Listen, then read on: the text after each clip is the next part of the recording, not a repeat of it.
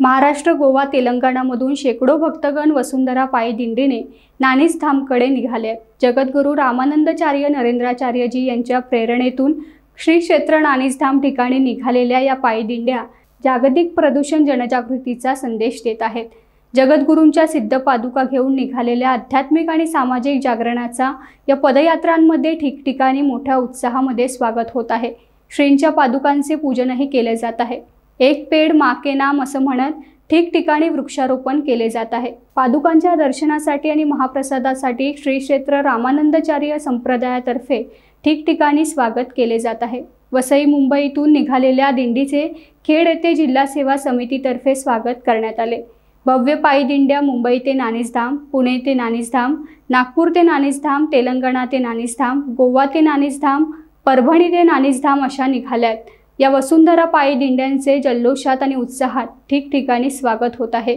श्री क्षेत्र नानीज धाम येथे 20 ऑक्टोबरला पायी दिंड्यांचे आगमन होईल आणि 21 ऑक्टोबर रोजी जगद्गुरू स्वामींचा जन्मोत्सव साजरा होईल. स्वामी दर्शनाची ओढ लाखो भक्तांना लागले. पाऊले चालती नानीज धामची वाट.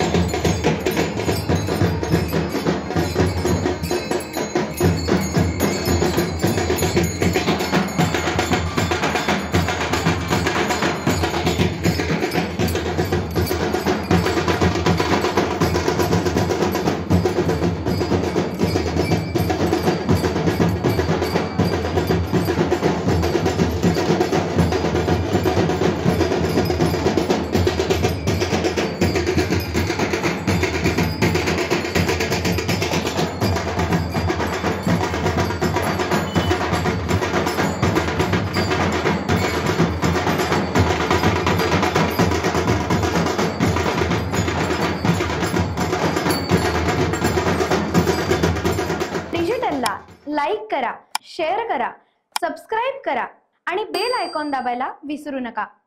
Times digital.